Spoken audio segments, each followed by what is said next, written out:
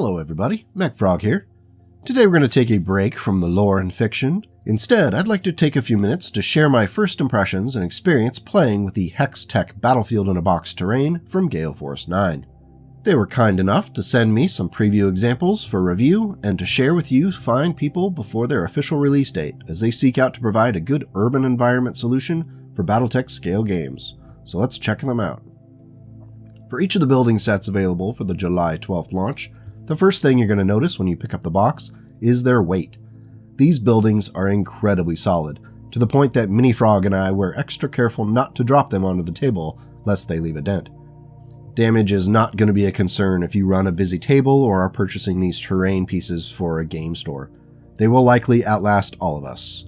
50,000 years from now, archaeologists could dig through the depression in the earth that used to be my house, and these buildings may be the only objects that remain. Because there's a lot here, I'd like to take a minute to talk about each building type and what is in their box. Starting with the University, which is a single box that contains two versions of the same building. It's an interesting design that I initially mistook for some sort of power generator or massive battery system, but apparently it's a place of higher learning.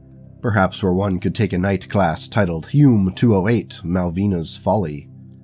Not too shabby. In all the cases where there are two buildings in the box, one is painted a street gray and the other is a desert tan. The University box is going to run you $35. The corporate office is next, again with two of the same building in the box. This one is interesting as it has multiple levels on the roof for those sneaky mechs or battle-armored infantry that wish to take the high ground. You'll note the footprint is unique for each of the building designs as we go along. This box is going to run you $35. The condo box has two lower-rise buildings that could represent a variety of different uses. The flat roof is useful, and the building is short enough that most mechs with jump jets could make it up there. The footprint is an easy one to fit in with lots of different places on the map, and I personally see the condo as one of the more kind of universally useful buildings in this set. The box is also $35. The next box is the TCPD Precinct building. Now, while there are two of these in the box, they are getting a bit taller now, which explains the slightly increased $40 price tag. It has offshoots around it at a level 1 height, which could present some interesting moments in your BattleTech games.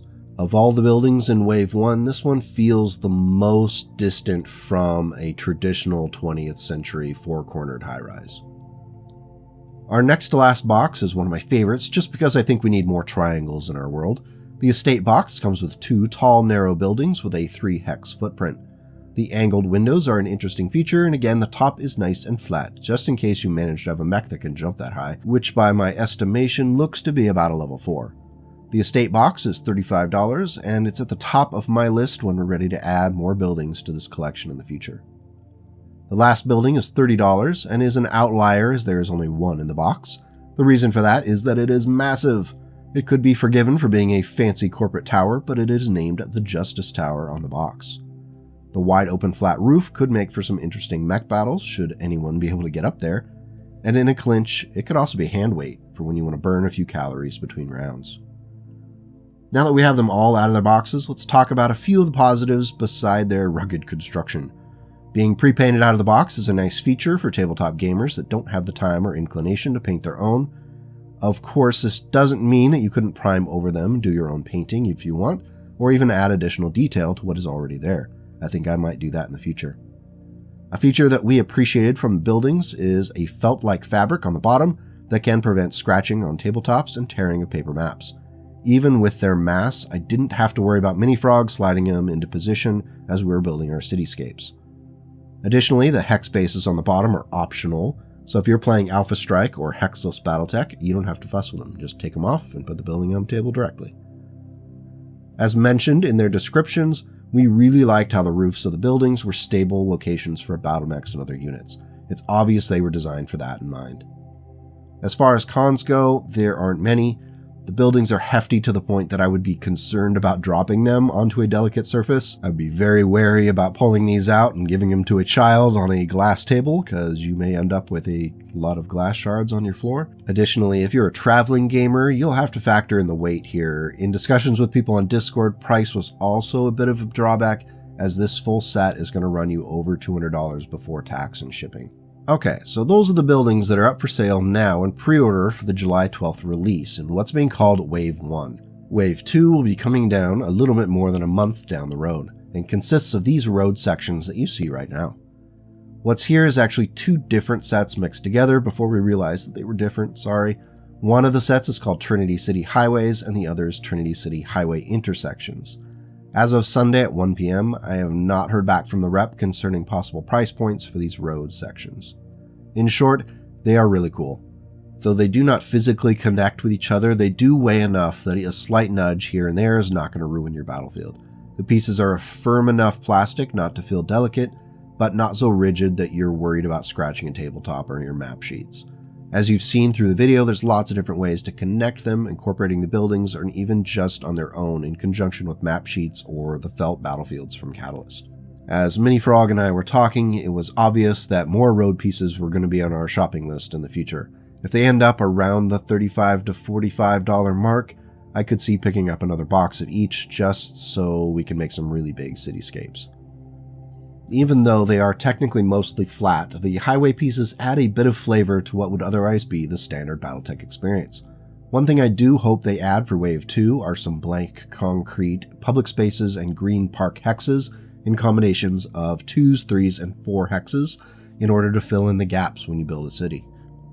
Finally, before we wrap all this up, the last unexpected trinket in the box was a set of Atlean Steps natural rock terrain that will also be available in late August with Wave 2.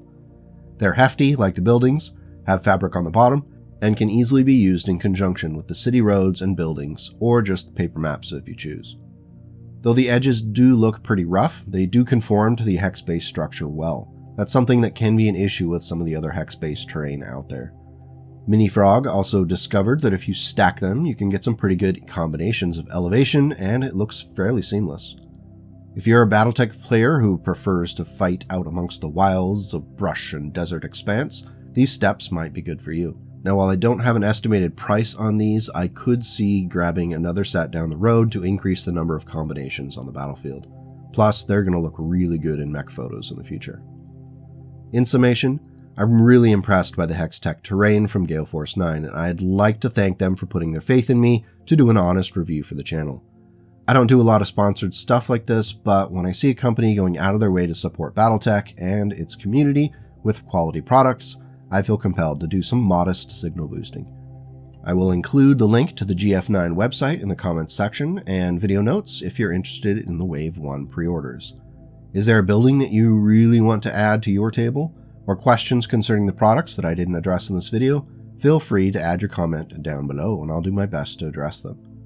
Thanks for watching. If you want more BattleTech content, make sure you hit that like and subscribe buttons so that I can enjoy the happy brain chemicals and the YouTube algorithm knows to share the video with others.